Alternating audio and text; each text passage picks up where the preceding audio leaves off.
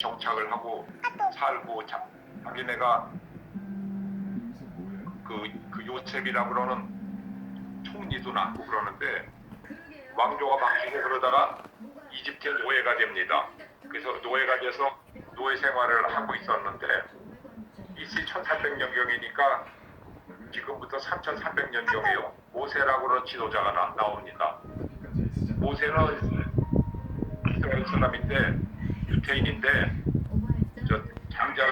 장자를 모두 죽이라고 그러는 왕의 명령 때문에 그걸 요람에 싸서 떠내려 보냈는데 이집트 공주가 건져갖고 키워갖고 교육을 아주 잘 받습니다.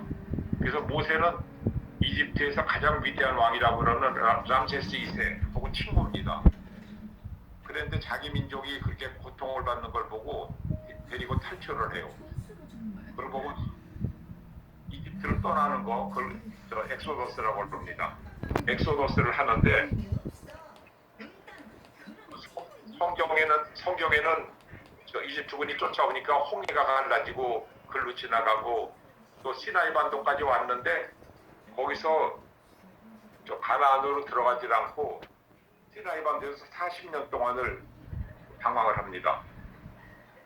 그리고 방황을 하면서 정신적으로 젖과 꿀이 흐르는 땅, 이스라엘을 보고 자기네는 랜드 오브 밀크 앤 하니, 젖과 꿀이 흐르는 땅이라고 불렀는데 글로 이동을 하는 과정에서 이 사람들이 노예 출신이기 때문에 분쟁을 일삼니다. 자기네끼리 쓸데없이 싸우고 막 분쟁을 일삼아서 모세라고 그런 지도자가 이 사람들을 공동명체로 우리는 하나 이거로 만든 북한에 가니까 노래하면서 한라에서 백두에서 한라까지 우리는 하나 하면서 손가락 하나 내밀고 그러는데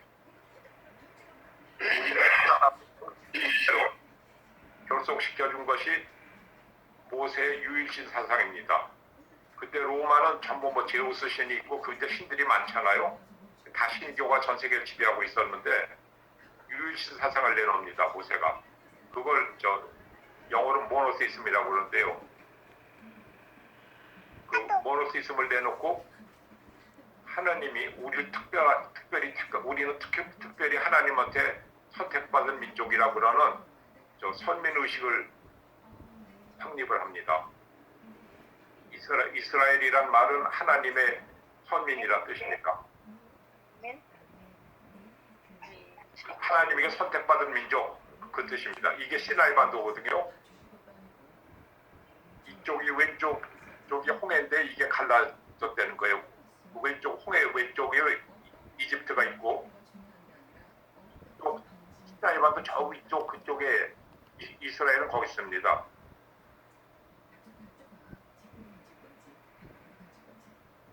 그래서 여기서 40년간을 시나이 반도에서 묵었는데 성경에서 십계명을 받은 신의 산이라고 그러는 데가 이 산들이에요. 산 어디에 올라가서 받은 거죠.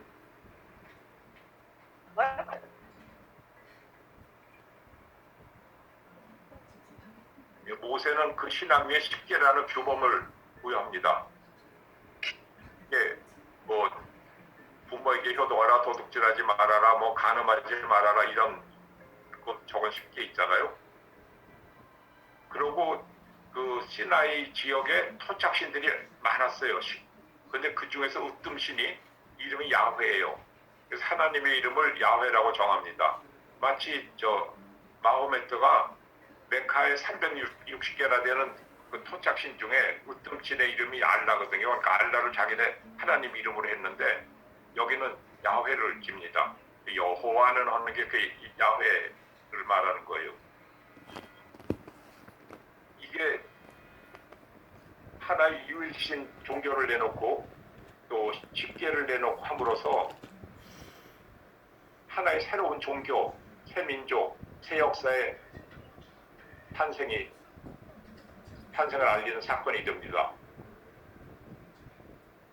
다른 민족의 지배하에서 이집트 지배하에 있었고 나중에 로마의 지배하에 있었고 지배하에 자기들을 하나님이 택한 것은 특별한 뜻이 있다고 해석하고 선택받은 민족으로서 의식이 생깁니다. 다신론자, 로마나 이런 다른 나라의 다신론자들에게 유일신 사상을 전파해야 된다고 하는 사명감을 가지게 됩니다. 히브리즘이란 말은 유태교에서 출발한 세계관이에요. 세계는 하나님이 뭐 천지를 어떻게 창조하고 6일 동안 하고 7일째 쉬고 뭐 이런 식 그런 거 전부 히브리즘입니다. 히브리즘은 종교이기 때문에 인간의 감성에 호소합니다. 신앙심과 기독교 예술의 원천이 됩니다. 그리고 모세 말고 거기서 이동 과정에 식량이 없잖아요. 이동하는 게 뭐 작은 건 60만이라는 설도 있고 200만이라는 설이 있는데 200만이라고 그러는 사람이 한번 움직인다고 생각해 보세요. 야곱이 갈 적에는 60명 설서부터 70명, 75명 그렇게 간 사람 숫자가 그렇게 되는데 야곱만 해도 자녀가 12명이고 거기서 손자가 53명이고 이렇게 막 기하급수적으로 인구가 늘어나갔고 200만 설까지 됐는데 200만이라는 사람이 이렇게 몇 줄로 나눠 갖고 가면 그 줄이 서울에서 부산까지 정도 길 겁니다. 근데 내가 그렇게 갔다는 거예요. 그리고 식량이 없잖아요. 근데 하늘에서 식량이 떨어졌어요. 만나라는 게 떨어져요. 그래서 제가 아는 저보고 아우라고 그러는데 우리 형제 같은 분이 있었는데 그분이 돈이 많아서 전농동 근처에다가 교회를 둘이나 지었어요. 근데 저한테 와서 청년에 가서 좀 강의도 한번 하고 그 다음에 예배 시간에 노래를 해달라고. 그 제가 근데 이런 얘기를 했더니 거기 그 장로 한 명이 청년회 지도하는 장로가 그러면 홍해가 갈라지고 하늘에서 만나가 내려오고 하나님이 십계명을 모세에게 주고 이걸 전국권 기독교인들만 믿는 거고 또 모세가 기독교를 만든 것처럼 그렇게 얘기를 하고 그런다고 저보고요. 그 사람이 뛰어나가서 조금 있다 목사하고 저를 초청한 그 장로하고 뛰어들어와서 강의 중단시키고 제가 그날 노래 됐는데 노래도 거절당했습니다. 그리고 나왔어요. 근데 그분이 저보고 아우님은 대학 교수라는데 어떻게 그렇게 사실을 갖고 안 믿는 듯 홍해가 갈라지고 그 하늘에서 만나가 떨어진 거는 사실인데 그런 거를 예수쟁이들만 그걸 믿는다고 그런 식으로 말을 했느냐고 막 저를 공격을 하더라고요. 그런데 그 다음 세대 40년이란 세월이 지나고 그 다음 세대의 여호수아의 지휘로 여리고 영어는 제리코 그러는 거죠. 제리코 전투에서 이기고 가나안으로 들어갑니다. 근데 여리고 전투에서 여리고에 있는 성에 있는 사람을 다 죽여요. 가나안 애들까지 다 죽이는데 왜 가나안 애들까지 죄 없는 가나안 애기들은 왜 죽였는지 설명을 잘해주는 목사님이 없어요. 그래서 원래 유태교는 민족 종교입니다. 그리고 유태교의 신은 자기 말을 안 들으면 진노하는 하나님이에요. 아브라함 보고 네 아들 이삭을 바쳐라 그럼 이삭을 제물로 바쳐 그렇게 해야지만 되는 그런 거고요. 그리고 유태인이라고 하는 건 종교적으로 유태교를 믿는 사람들이라고 자기네가 정의를 해요. 그래서 한국에서 양녀로 간 여자애가 유태교에서 거기서 자라고 유태교를 믿고 그러니까 자기네가 같은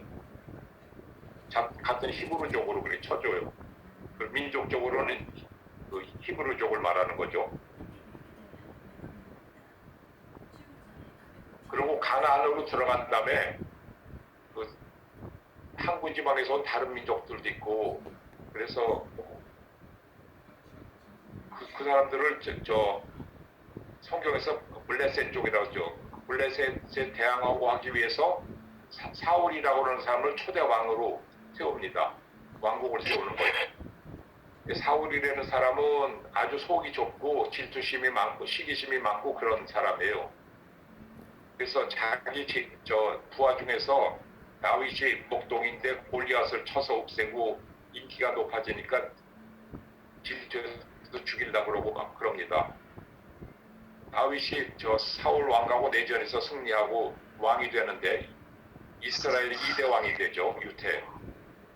예루살렘을 정복합니다. 예루살렘이라는 것은 어떤 곳이냐면 그 시대에 낙타를 타고 장사하는 그런 대상들이 지나가면 교통의 요지예요. 거기서 다 모여요.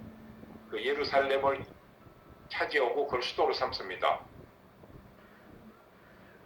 그리고 이스라엘 전체를 다 통일을 해요. 그리고 그의 아들 솔로몬이 예루살렘의 유태교 성전을 건축하고 최대로 경제적으로 전성기를 이룹니다. 에티오피아에서 시바 왕도 오고, 그래서 솔로몬의 재판이 유명하죠. 서로 자기 아들이라고 싸우는 엄마한테 반쪽 잘라가지라고 이런 재판을 하잖아요. 근데 솔로몬 때 그 예루살렘 성전을 짓고 하느라고 좀 부역 활동이 많았어요. 거기에서 대해서 반대 세력이 있었는데 반대 세력의 지도자가 예로보암이라는 사람이에요. 솔로몬 시대는 솔로몬이 하도 큰 왕이니까 잘 반대 활동을 못했는데 솔로몬의 아들은 좀 바보예요. 르하보암, 암자로 끝나는 이름들이요. 르하보암은 자기 할아버지 다윗이나 아버지 솔로몬에 비해서 못난이었습니다.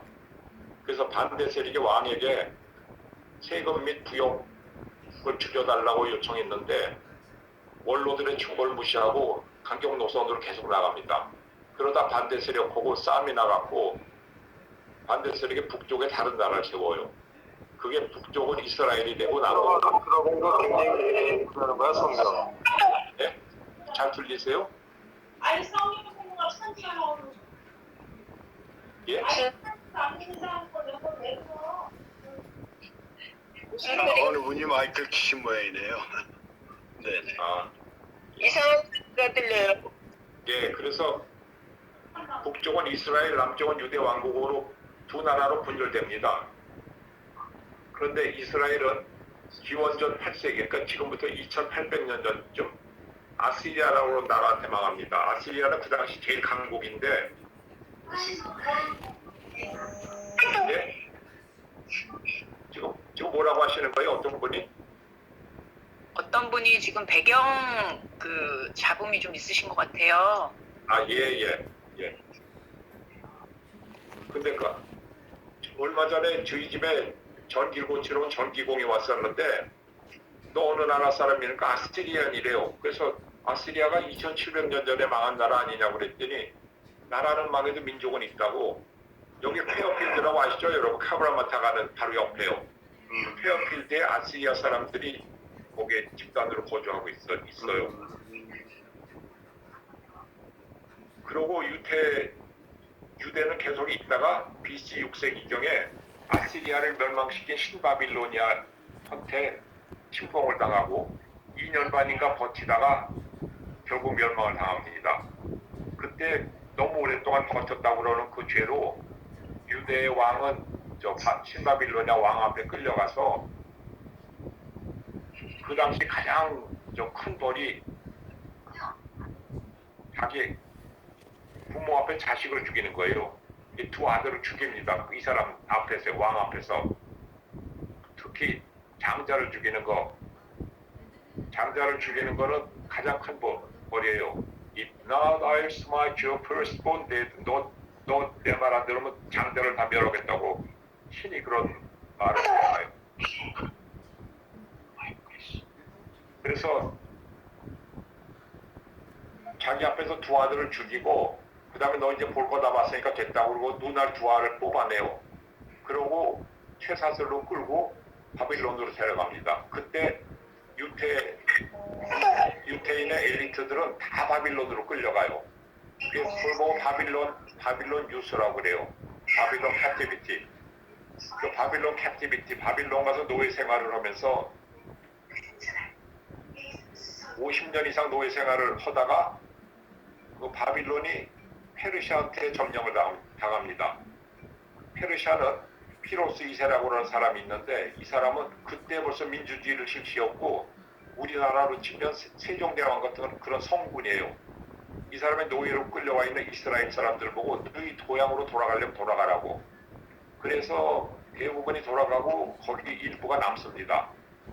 근데 그 유대인들은 거기서 살면서 페르시아가 그때 선진국이었거든요. 페르시아가 믿는 조로아스터스 교회에서 죽은 자가 심판을 받고 천당과 지옥으로 간다고, 그리고 죽은 다음에 부활한다고 그러는 그런 개념을 받아들입니다. 그래서 이 사람들이 유태로 돌아가서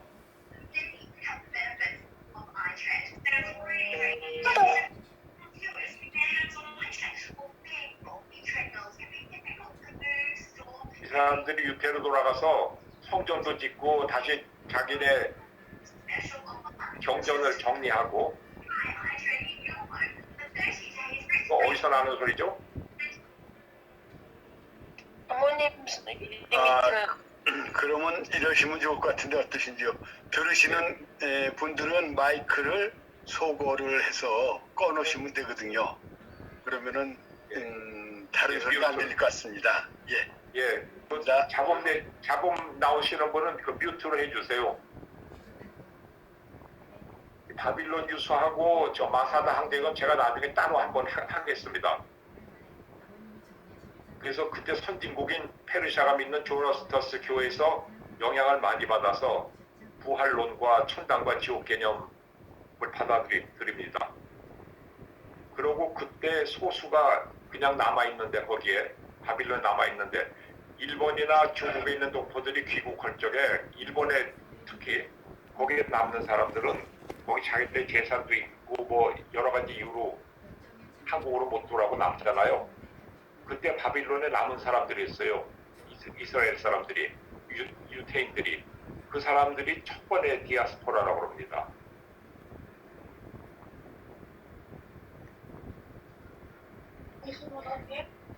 예, 유태로 돌아와서 성전을 재건하고. 일단 저녁 먹어야겠다. 뭐. 오늘 안 나가? 이따가 우리가 해. 와서 밥 먹는 거. 죄송합니다. 제가 김철규님 예. 예, 소금 예. 배경에 나와서요. 그 왼쪽 하단에 보면 예. 뮤트를 누르시면 배경 소음이 안 들리거든요. 예, 아, 지금 잘 나와요. 잘 나와. 아니요, 그쪽 소리가 이쪽에 들리니까 강의시래요. 아, 네, 왼쪽 하단에 보면 뮤트를 누르시면 네. 이쪽 소음이 다 안 들리거든요. 근데 지금 다 들리고 있으니까 그 뮤트 눌러주시면 좋을 것 같아요. 감사합니다.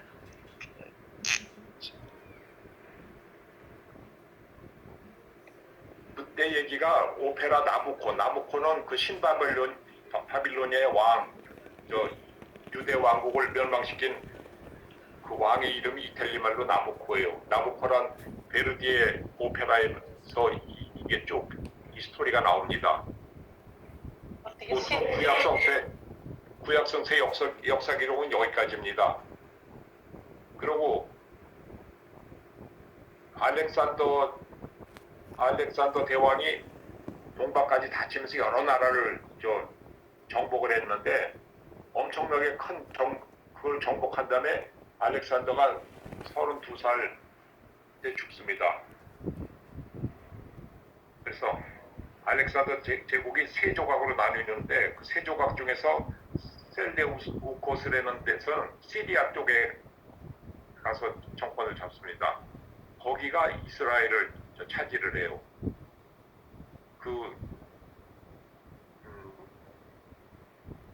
클레오파트라, 이 사람, 이집트 쪽에는 프톨레마이오스 왕조가 가고요. 근데 셀레우코스의 안티오코스 4세라고 하는 사람이 예루살렘의 유대 성전을 제우스 신전으로 바꾸려고 합니다.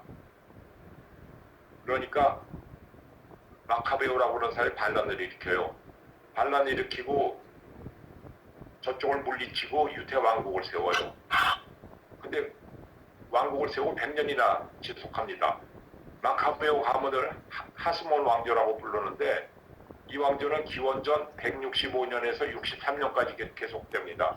기원전 63년에 로마가 그 유대 땅을 정복하는 거죠.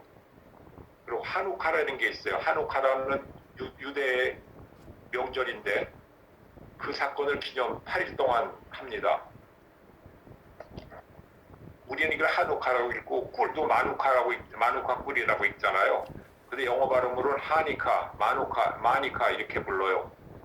그래서 제가 미국에서 한국말 가르칠 적에 복잡하니까 그러면 복잡은 폭찹 돼지고기 먹는 폭찹으로 외우고 하니까 이거는 이거로 외우고 그래갖고 학생들이 복잡하니까 잘 그랬습니다. 그리고 기원전 63년에 로마가 정복해서 유다야 주로 편입합니다. 그때 얘기는 영화 배너에서 나와요. 배너는 로마 귀족을 한 명은 구해주고 로마 시민이 되고 그 자기 가족들 돌보고 그러는 얘기죠. 로마 지배 하에서 유대 왕국은 그 지배권을 유대 남방의 토호 헤로드 왕가에게 줍니다. 너희가 이걸 다스려라. 그 헤로드 왕이 죽고 세 아들이 왕국을 분할해 갔습니다. 세 아들 중에 유태와 사마리아는 아르케리우스라고 그러는 아들이 차지오고 갈릴리는 헤롯 안티파스. 이 헤롯이 자기 의붓딸 살로메한테 춤을 춘 대가로 뭐든지 소원을 주겠다고 약속을 하고 살로메는 세례 요한의 목을 요구하죠. 그 살로메가 세례 요한이 마음에 들어서 유혹을 하는데 살로메가 그렇게 예쁜데도 세례 요한은 성자기 때문에 거기 전혀 반응이 없으니까 넌 어떻게든지 내가 차지한다 이래갖고 죽었다고 좀 알고 있습니다. 그리고 나머지 지역은 필립이 통치합니다. 근데 그 유대와 사마리아를 지배하는 아르케리우스가 정치를 못하니까 로마가 그걸 피하고 총독을 파견합니다. 그 5대 총독이 폰티우스 빌라토스. 이 사람이 성경에서는 빌라도라는 사람이에요. 예수를 처형한 빌라도가 되죠. 그 빌라도는 예수의 죄명을 듣고 그렇게 죽일 생각이 없었습니다. 그랬는데 유태계 지도자들이, 특히 바리새인들이 예수를 십자가 형에 처해달라고 막 압력을 가해갖고 할 수 없이 십자가 형에 처합니다. 그러면 당시 유대에는 무슨 종교와 정치당파가 있었는지 한번 봅시다. 헤롯 당과 사두개파는 친로마파예요. 사두개인은 대세장과 지배계급이 거의 다였어요. 그러니까 요새 말로 부와 권력을 쥔 세력이죠. 사두개파 지도층의 제사장들과 세력 있는 가문으로 이루어진 소수의 친외세 권력층을 통치하는 말입니다. 친외세, 우리나라 옛날 친일파가 있었고 지금은 친밀파가 득세하는 세상이고 그렇잖아요. 바리새파가 있었는데 바리새파는 중간 계층의 지식인, 율법학자, 그리고 무력 대신에 구세주론과 내세부활론을 내놓습니다. 우리가 이렇게 곤란하게 살고 있는데 하나님이 우리에게 메시아를 내보내갖고 우리를 구원해 줄 것이다. 메사이어니즘을 내놓고 우리는 죽었다가 다시 부활한다고 그러는 그 resurrection, 내세 부활론을 내놓습니다. 근데 반로마파가 있었어요. 열심당이라고 있었는데 질로트. 이 사람들은 왜 우리는 하나님을 믿는데 저 다신교가 지배하는데 거기 복종하고 사느냐고. 우리가 끝까지 하나님을 위해서 끝까지 싸우고 우리가 하나님을 위해 싸우다가 죽으면 천당 갈 거 아니냐. 그러니까 싸워야 된다고 그럽니다. 그때 암살자 시카리라고 그러는 게 유행을 했어요. 시카리는 손에 면도칼 같이 이렇게 낙으로 손에 천천하게 감추고 있다가 지나가다 친로마파가 지나가면 목을 쓱 거버리고 가요. 그럼 사람이 걸어가다 갑자기 고꾸라지고 보면 그 시카리가 죽인 거예요. 예수 제자 중에 시몬이 열심당 시몬이에요. 집에서 가요. 예? 뭐라고 그러시나? 그랬는데 이 사람들이 그 로마파하고 막 싸워서 몰아내고 거기다가 자기네가 정권을 잡고 그랬는데 금방 로마에서 군대가 많이 오니까 거기서 사해 쪽으로 떨어진 마사다라고 그러는 요새로 들어갑니다. 약 1000명, 정확히는 976명이 3년 동안 15,000명의 로마군을 상대로 싸워요. 로마군이 하루에만 예루살렘에서 노새 800마리가 음식을 옮겨서 그 사람들을 먹였어야 돼요. 그걸 3년을 버티니까 로마에서 막 이가 갈리는 거죠. 그러다가 결국 성벽이 무너지고 로마군들이 들어오게 되니까 이 사람들이 적군의 칼에 죽기 싫다고 전체가 자살을 합니다. 그걸 듣고 그 당시에 티투스 황제가 이렇게 똑똑한 놈들이 어디 있냐고 그 사람들을 다 이스라엘 땅에서 몰아내라고 합니다. 그래서 그때 쫓겨나서 방랑하는 민족이 돼요. 또 했었어요. 이건 금요, 그 계율적 교회 세례요한은 예수의 사촌입니다. 근데 헤롯의 의붓딸 살로메에게 희생당합니다. 이게 마사다 요새예요. 여기서 1000명이 15,000명한테 둘러싸여서 이게 천연 요새라 올라갈 수가 없잖아요. 그래갖고 한 곳입니다. 지금 세인트 아이비스에 가면 마사다 스쿨이라고 있어요. 마사다 칼레지. 유태인들이 사는 곳은 전부 마사다라고 학교가 있습니다. 유태인에서 군인이 되면 저 위로 올라가서 우린 절대로 앞으로는 정복당하지 않는다고 맹세를 합니다. 죽을 때까지 나라를 지키겠다고. 이게 마사다라고 그런 요새예요.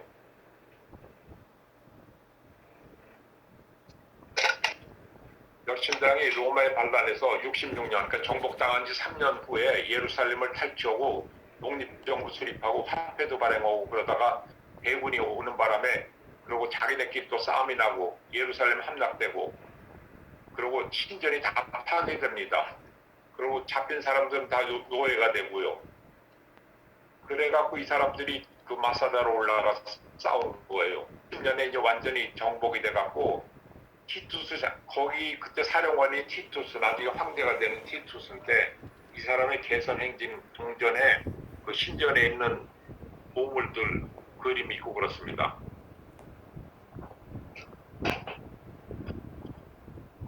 티투스 황제가 유태인들을 그들 땅에서 몰아내고 1년에 한 번 와서 통곡을 격해서 옛날에 솔로몬이 진 그 성전의 벽만 남았어요. 거기서 기도만 허용을 합니다. 유태인들은 고국을 떠나 2000년간 유랑하는 민족인 디아스포라가 됩니다.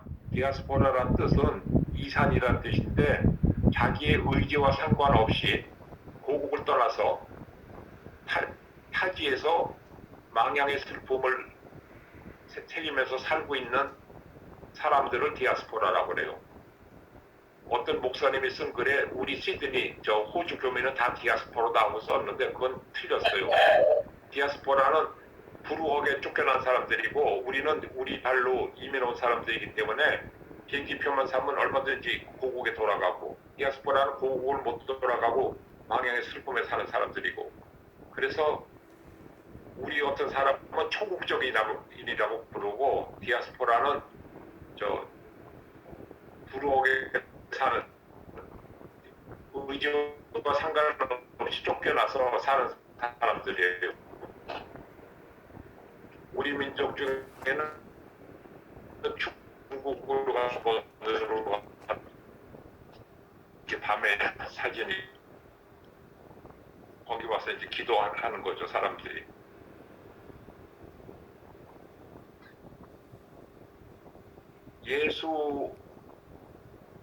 예수가 나와갖고 이웃을 사랑하라. 유태교는 민족 종교인데 구약 종교는 여기다가 이웃을 사랑하라 그러는 사랑 정신을 넣음으로써 민족 종교에서 세계 종교로 도약할 수 있는 근거가 됩니다. 부인학을 탈피하는 거죠. 근데 이웃을 사랑하라고 하는 사랑 정신을 실천시킨 사람은 바울덕이에요. 예수는 십자가에 처형당하고, 근데 바울이라고 하는 지식인이 예수 제자 중에 스테판이라는 사람이 돌에 맞아 죽는 걸 봅니다. 근데 돌에 맞아 죽으면서도 예수를 포기하는 걸 보고 저게 뭔데 저 사람이 저렇게 죽으면서도 포기를 한다 이래서 조사를 시작하다가 예수교 신도가 돼요. 이 사람은 일생 동안 예수를 본 일도 없었고, 예수는 무학자인데 학교도 못 다니고 글도 쓸 줄 모르는 사람인데 이 사람은 그 당시 최고의 지식인이었어요.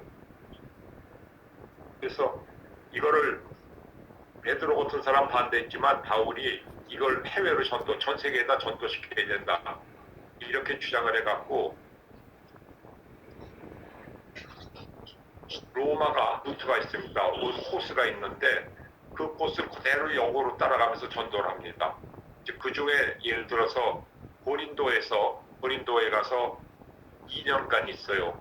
2년간 천막장 살아오면서 교회를 세우고 거기서 전도를 했는데 제가 지난번 그 고린도에 우리 회원들과 가서 거기서 설명을 했었는데, 그러고 로마 쪽으로 떠난 다음에 자기가 세운 고린도 교회가 막 또 분쟁이 일어난다고 그러니까 편지를 씁니다. 그 편지가 고린도 전서 후서인데 거기에 너희들이 그렇게 싸우는 건 사랑 정신이 없어서 그런 거라고 그러면서 기독교가 말하는 사랑, 고린도전서 13장 유명한 사랑장 있잖아요.